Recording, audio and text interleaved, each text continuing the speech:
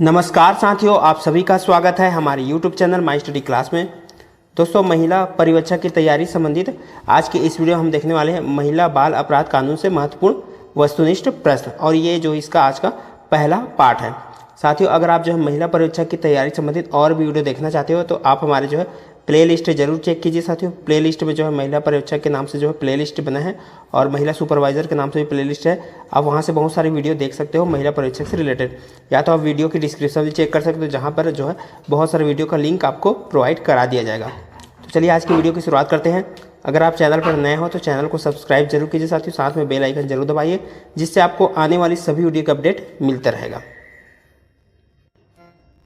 तो देखते हैं आज का पहला प्रश्न, और पहला प्रश्न है निम्नलिखित में से कौन सा मामला फौजदारी कानून का मामला नहीं है। ठीक है साथियों, चारों ऑप्शन आप देखिए, इनमें से कौन सा जो मामला है वो फौजदारी कानून का मामला नहीं है। तो इसका जो राइट आंसर है वो है ऑप्शन चौथा, तलाक का मामला। ये जो है फौजदारी कानून का मामला नहीं है। तो चलिए इसके बारे में हम थोड़ा सा डिटेल देख लेते हैं। तो फौजदारी कानून की बात की जाए तो फौजदारी मामले वे मामले होते हैं जो लोगों की संपत्ति, स्वास्थ्य, सुरक्षा और कल्याण को खतरे में डालने या नुकसान पहुंचाने वाले अपराधों से संबंधित होते हैं। तो ऐसे मामलों को जो है फौजदारी कानून कहा जाता है। और भारत में विवाहित जोड़ों का तलाक या अलगाव कोई फौजदारी मामला नहीं है। तो इस प्रश्न में यही प्रश्न पूछा गया था। और यहाँ पे देख सकते हैं फौजदारी कानून राज्य द्वारा निषिद्ध आचरण को परिभाषित करता है जो सार्वजनिक कल्याण और सुरक्षा के लिए खतरा है। कानून ऐसे अपराधों के लिए सजा का भी प्रावधान करता है। इसका उद्देश्य गलत करने वालों को दंडित करना और समाज में अन्य लोगों को इसे दोहराने से रोकना है। तो फौजदारी कानून में क्या क्या है देख सकते हैं। फौजदारी कानून के मामलों के उदाहरण जो है आक्रमण और लूट, डकैती, यौन उत्पीड़न, साइबर क्राइम, मनी लॉन्ड्रिंग, हत्या, दहेज, चोरी आदि है। तो ये सब जो है मामले जो है फौजदारी कानून में आएंगे। इसी में है साथियों सिविल कानून। फौजदारी कानून देख लिए, तो सिविल कानून भी यहाँ पे हम देख लेते हैं। तो सिविल कानून की वह शाखा है जो समाज के व्यक्तिगत सदस्यों के अधिकारों की रक्षा करती है और विवादों के लिए जो है कानूनी उपाय प्रदान करती है। अब इसमें देखते हैं तलाक के मामले आमतौर पर जो है सिविल कानून के अंतर्गत ही आते हैं।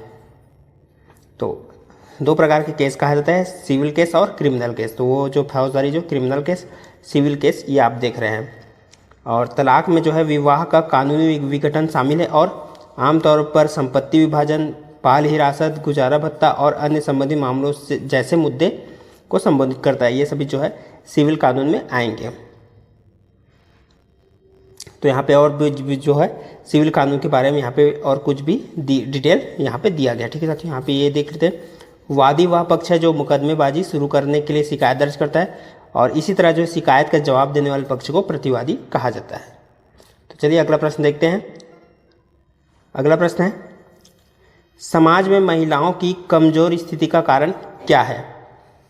तो समाज में महिलाओं की कमजोर स्थिति का कारण क्या है, चारों ऑप्शन जरूर दिखे। तो इसका जो राइट आंसर होगा उपरोक्त सभी, दहेज प्रथा, प्रथा, अशिक्षा, ये सभी जो है महिलाओं की कमजोर स्थिति का कारण है। चलिए अगला प्रश्न देखते हैं। बाल श्रम का प्रमुख कारण है। तो बाल श्रम का जो प्रमुख कारण है वो है ऑप्शन 3, गरीबी।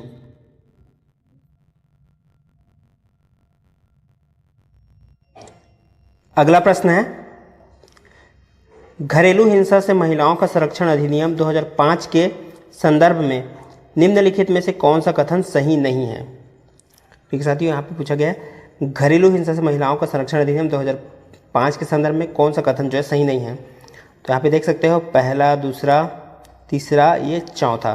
तो इनमें से आपको बताना है कि कौन सा कथन इनमें से जो है सही नहीं है। तो चारों ऑप्शन आप अच्छे से पढ़िएगा साथियों। यहाँ पे मैं स्क्रॉल कर देता हूँ, आप देख सकते हो, आराम से इसको पढ़िए, स्क्रॉल हो रही है। तो इसका जो राइट आंसर है वो है साथियों ऑप्शन 4, यह अधिनियम केवल वैवाहिक संबंधों को संरक्षण देता है तथा लिव इन संबंधों को कानूनी संरक्षण नहीं देता। यह कथन जो है सत्य नहीं है। चलिए इसके बारे में थोड़ा सा डिटेल देख लेते हैं।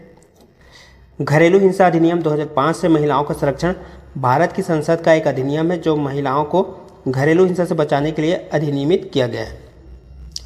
इसे जो है 26 अक्टूबर 2006 को भारत सरकार और महिला एवं बाल विकास मंत्रालय द्वारा लागू किया गया था। ये भी जानकारी आपको याद रखना है, ठीक है साथियों।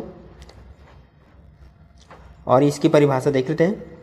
अधिनियम भारतीय कानून में पहली बार घरेलू हिंसा को परिभाषित करता है।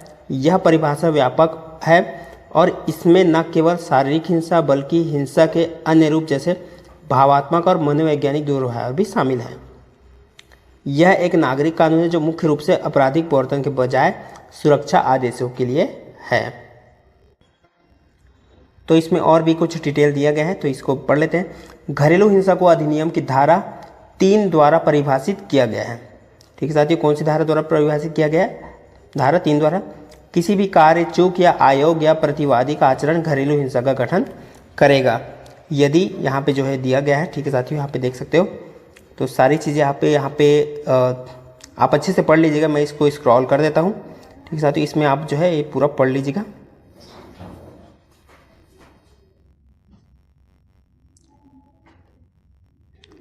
या आप इसको अच्छे से पढ़ लीजिएगा। तो चलिए अगला प्रश्न देखते हैं हम। अगला प्रश्न है हमारा, पॉक्सो अधिनियम 2012 निम्नलिखित में से किस अपराध से जो है निपटने के लिए बनाया गया था? 4 ऑप्शन आपके सामने है। तो इसका जो राइट आंसर है वो है बाल यौन शोषण। इस अपराध से निपटने के लिए जो है पॉक्सो अधिनियम लाया गया था। चलिए इसके बारे में थोड़ा डिटेल जान लेते हैं।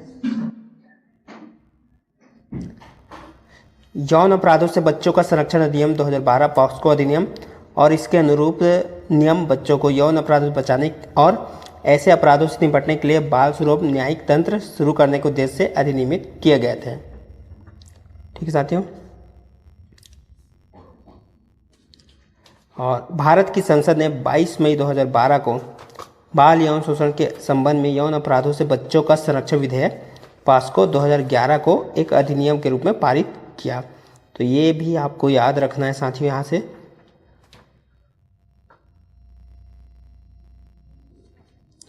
और सरकार द्वारा कानून के अनुसार बनाए गए नियमों को भी नवंबर 2012 में अधिसूचित किया गया है और कानून लागू करने के लिए तैयार किया गया है।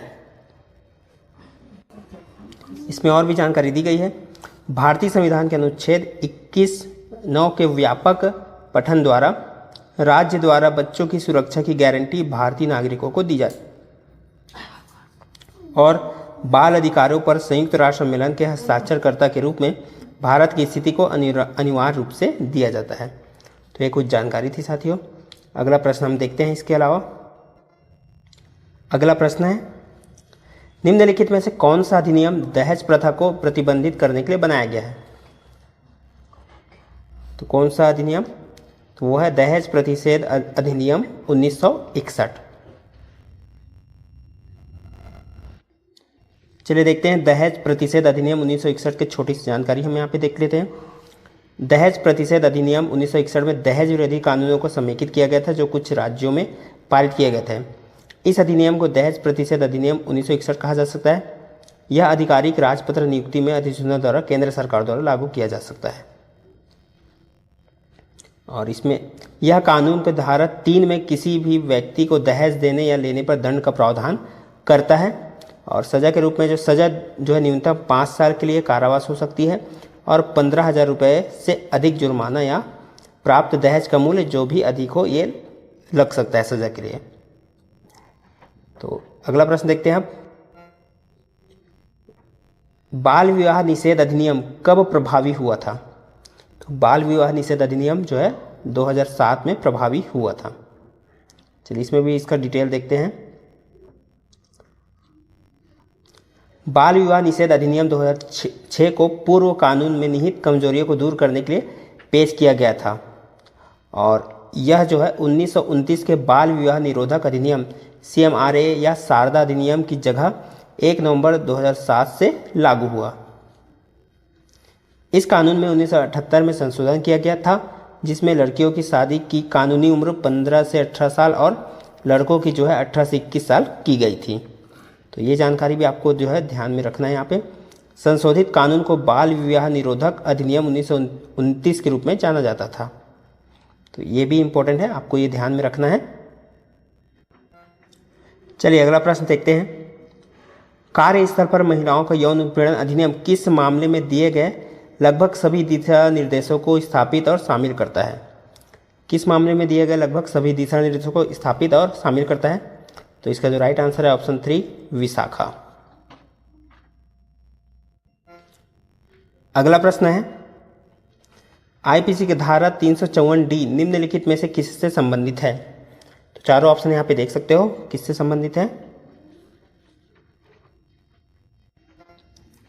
तो राइट आंसर हो जाएगा ऑप्शन सेकंड पीछा करना। तो चलिए इसके बारे में थोड़ी जानकारी देखते हैं।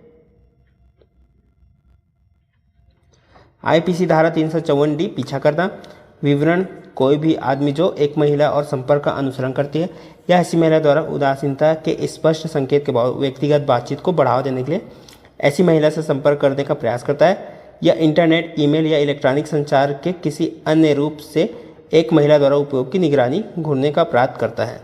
तो ये 354D में है आईपीसी की धारा में। चलिए इससे संबंधित और भी देख लेते हैं यहाँ पे।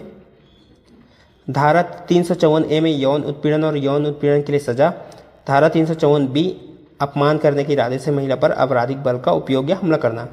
और धारा 354C टांग झाक। तो ये भी आपको इम्पोर्टेंट है, ये भी आपको याद रखना है अच्छे से।